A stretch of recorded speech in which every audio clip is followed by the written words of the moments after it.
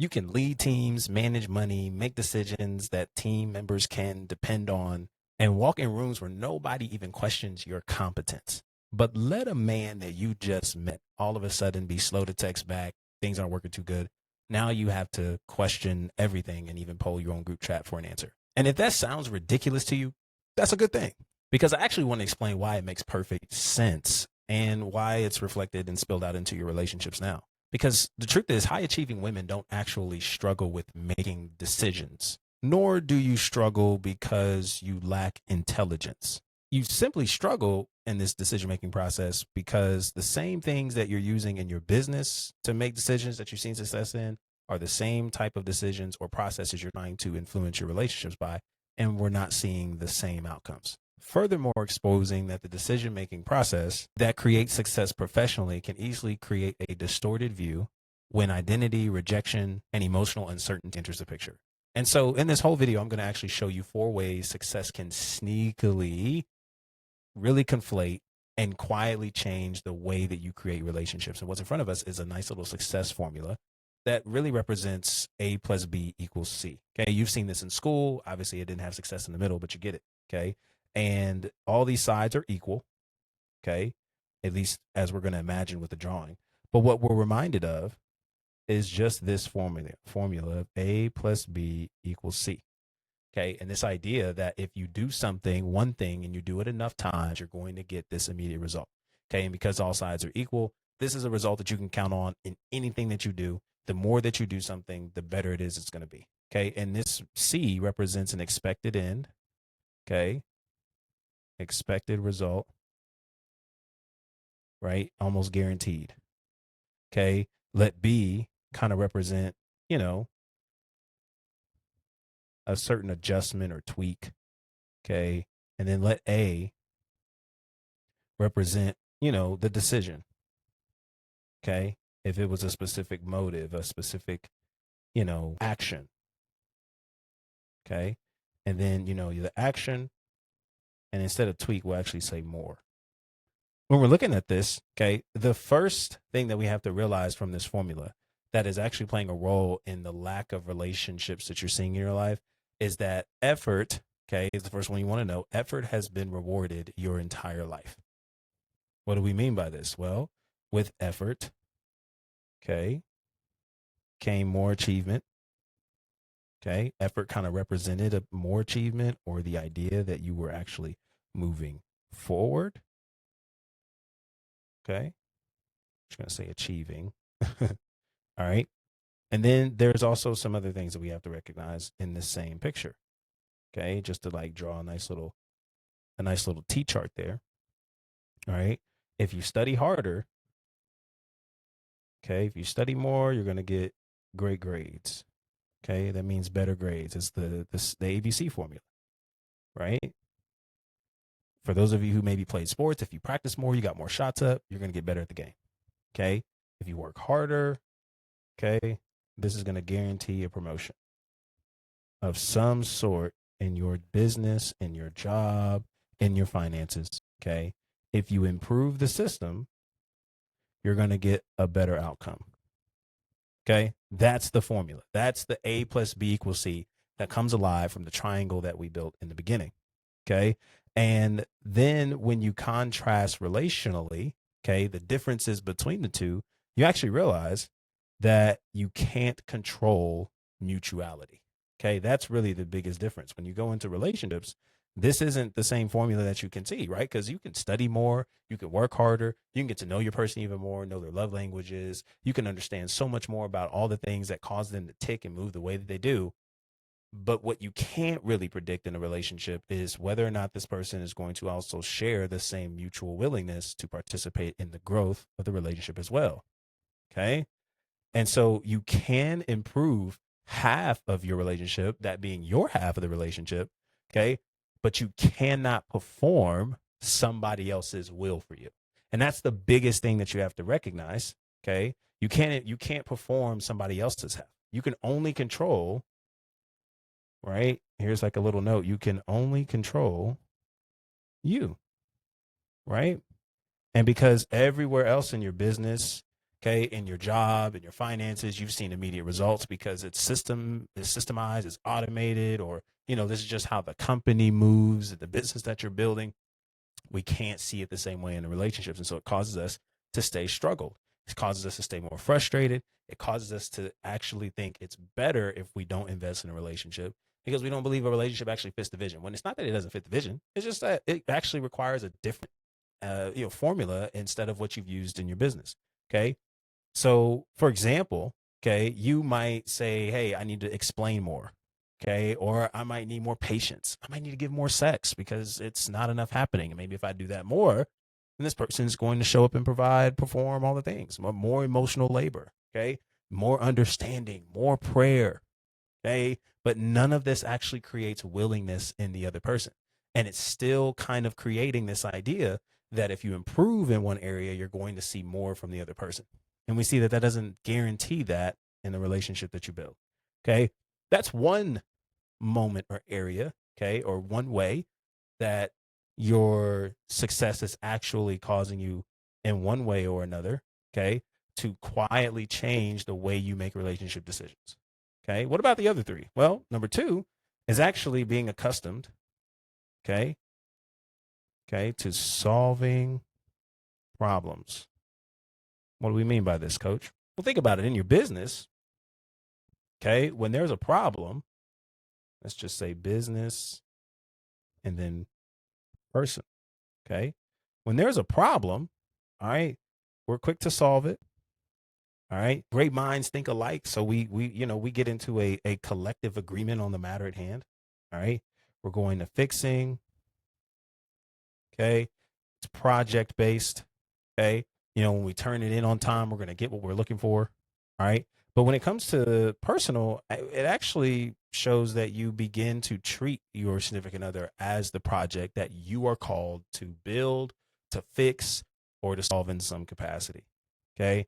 And so if he's inconsistent, okay, well, because of all the problem solving you do in your business, because maybe it lands on you as the leader, as the owner, as the entrepreneur to fix everything. Okay. When it comes to the relationship, you see it as a project. So when he's inconsistent, okay, you actually think, oh, okay, that means I need to figure out attachment styles, right?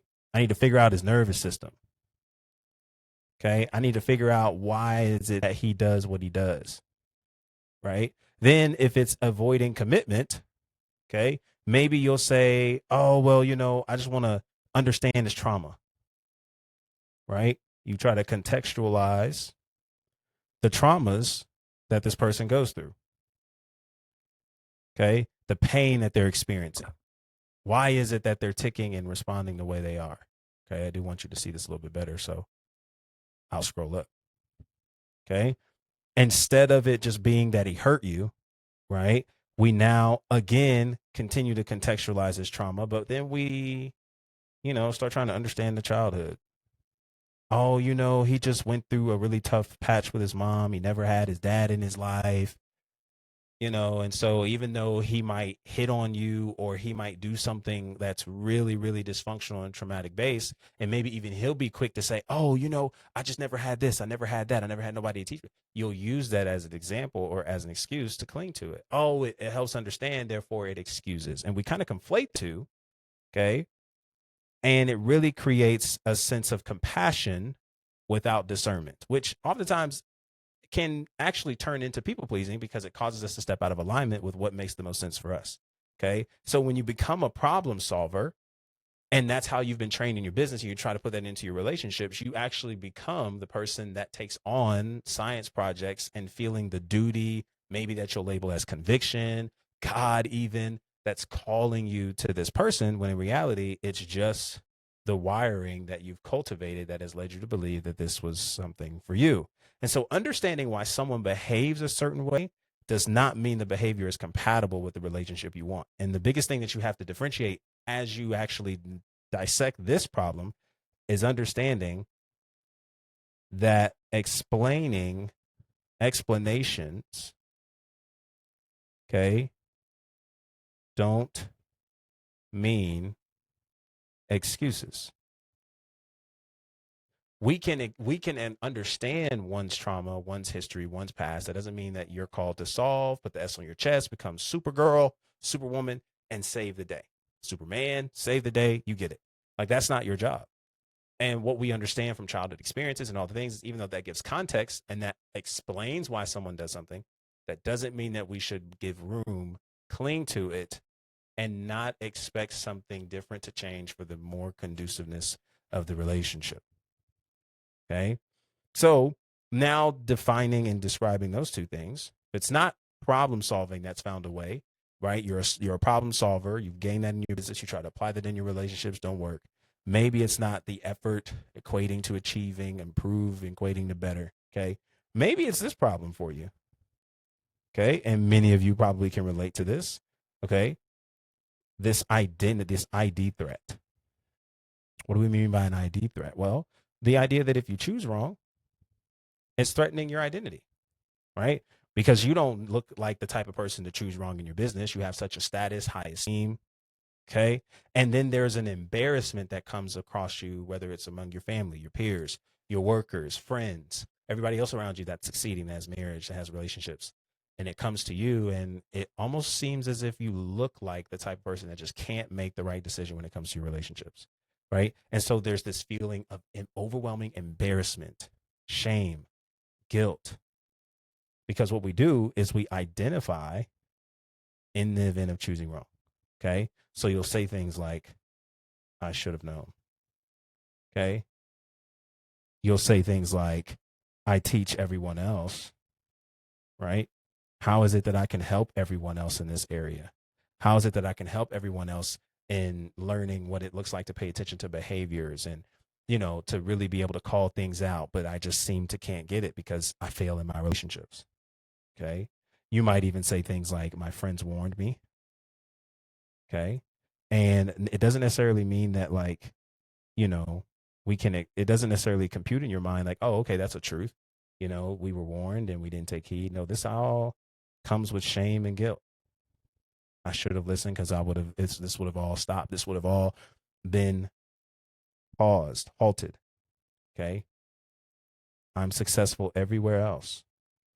Right. But when it comes to love, I can't get it right. And then you almost believe that you can't get it right because you're not designed to get it right. And that's when we start identifying with the decisions we made. Okay. Because it no longer becomes what did someone do? It now becomes what does this mean about me? And hard to differentiate who you are from the behaviors that were exposed to you, decisions that you made, and being able to recover. Okay. And sometimes, okay, because of all of this belief that we're just awful at what we do, we're horrible pickers, we can't sustain and have successful relationships, and maybe trying to run from the belief that's quietly whispering in our hearts that we don't have what it takes to actually have a sustaining relationship like someone else we know, or like social media presents, like my family and friends want me to have, you'll stay. And we'll see all these beliefs, okay? Because when we're talking about identity, when we're talking about the threat, choosing wrong, all of that points to I am statements. Okay. I am statements that definitely are reflective here. Okay. And what happens is because we notice that these are squeaking up, speaking up, all the things, we actually make this decision. And we think staying is the answer. Okay. Because at least we won't be, and at least we won't have, and at least we won't look like, right? Because what are my family members are going to say? What are those people going to say? And sometimes staying is not actually a reflection of hopefulness or actually seeing progress. This is something that's growing. Okay. Sometimes staying actually protects the identity of the woman or the version of you, okay, who believes she doesn't make bad decisions. So you're willing to cling to that instead of acknowledging where we are and furthermore separating our identity from the behaviors made. Okay. And this is what we have to actually get to, is a place of updating our decisions. Okay. And what we have to learn is that the power of updating decisions, okay, comes with first making the decision, okay, that's aligned. Okay. And get this, we give ourselves room and grace to observe, to watch, to see, to pay attention to behaviors. Does it align with words? And in the event that we start seeing things change and we're noticing that we have to abandon our values in order to keep it, guess what a healed, secure mind allows you to do? Change your mind. Because changing your mind does not mean that you're a hypocrite. It means that you saw what it was and you made a healthier decision, allowing yourself to remain aligned in your values because things changed over time. And we're choosing from a place of alignment instead of always being right. Because the more that you focus on being right, you'll ignore your values that might tell you something different. But if you focus on alignment, you'll choose from a solid foundation that's consistent, okay, that's healthy, that gives you the permission to change your mind in the event that you see something off or growing further apart. Okay. And when we say growing further apart, we're just simply meaning it no longer aligns in your values. So we have to learn to update our decisions instead of staying in the name of protecting an identity that in a lot of ways crumbles down to people pleasing and not really a reflection of peace. Okay. So here's the fourth way. If it's not, the ID threat, okay, if it's not, effort in achieving, okay, if it's not problem solving, maybe this is you. Okay. And this is actually control. Yeah, you got a little bit of a control freak in you. And control is actually disguised as a form of preparation or research, right? Well, what do we mean by this? Well, you're looking at more therapy, okay, more sermons, okay, more books, more, right? More information. I need to research, okay? And what we end up doing is because we're rehearsing conversations, okay, we're researching, we're checking, okay, we're seeking signs, okay. This isn't just information-based control, can also happen through a lot of the rumination we experience, okay, the rehearsed convos, rereading text messages, checking call logs, stalking socials, you name it, okay, reading in between the lines. What did we miss? What did we not see? And what we do is we end up trying to gather up all this information that doesn't necessarily help us decide, but continues to give us this sense of comfortability or familiarity with where we are. And we're ultimately trying to predict all the outcomes, right? Because in a lot of ways, what control does is cling to certainty. But because of the unease that uncertainty brings you, it's hard to do. Okay. And we have to actually define that preparation is something that tries to improve your response. Okay. Preparation equals improve.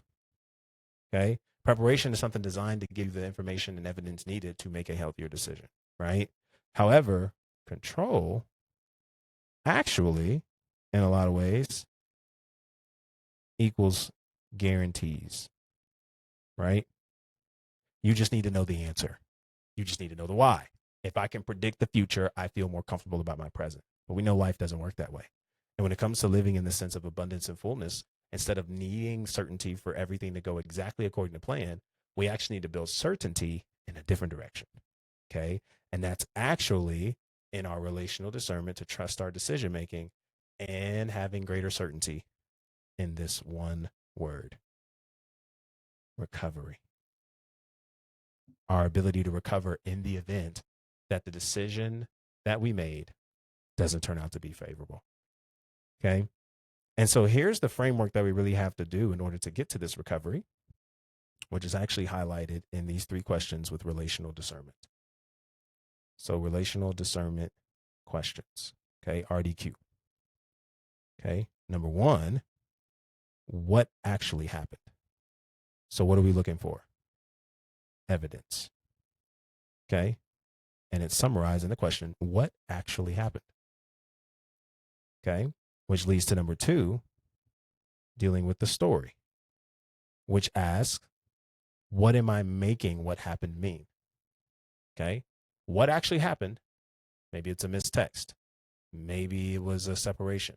Maybe they say they weren't ready for a relationship after all the time of spending invested in the connection. What am I making this moment to mean? Right? What does this mean about me? What does it mean about my future? What am I making it to mean about my identity as a person, my availability, my future. Okay. What story is being created? All right. And what now? And then the third, okay, is now really centered on decisions, but it's asking this one question. Okay. What decision does the pattern support, even if I dislike the answer? What decision does the pattern support? Right. We're looking for patterns, evidences, sequences. Okay. Not investing on what could be, but actually paying attention to what is. And when we ask these questions, this is what actually gives us the ability to make a relationally discerning decision instead of going off of fears, going off of wishful thinking, or constantly chasing the future, hope something would change, like an upgrade, a status, giving more, performing more, when we already have what's in front of us in the end. So the truth is, with all of this breakdown, you really don't need to become less accomplished to have a good relationship. You don't have to believe that putting down the relationships is how you're going to succeed. They're slowing down the vision. That's not really what that is. We don't have to even give up the business to have the relationship because you feel like you can't hold both.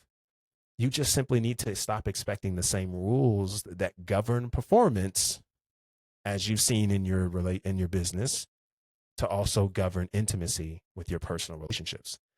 Two different things that require two different needs and that require two different frameworks. Because the woman who can make secure relationship decisions isn't the woman who never gets it wrong. Okay. It's the woman who can receive new information, update your interpretation, and make the next wise decision without abandoning yourself. Okay. And if that is a muscle that you need to build, take the relational diagnostic that's in the description in the link below. Okay. It will help you actually identify what trends typically hijack your decision making when relationships get emotionally expensive. And furthermore, give you next steps on what to do to address that. And I'll see you in our next video. So be sure to subscribe, turn on the post bell notifications. And until then, peace.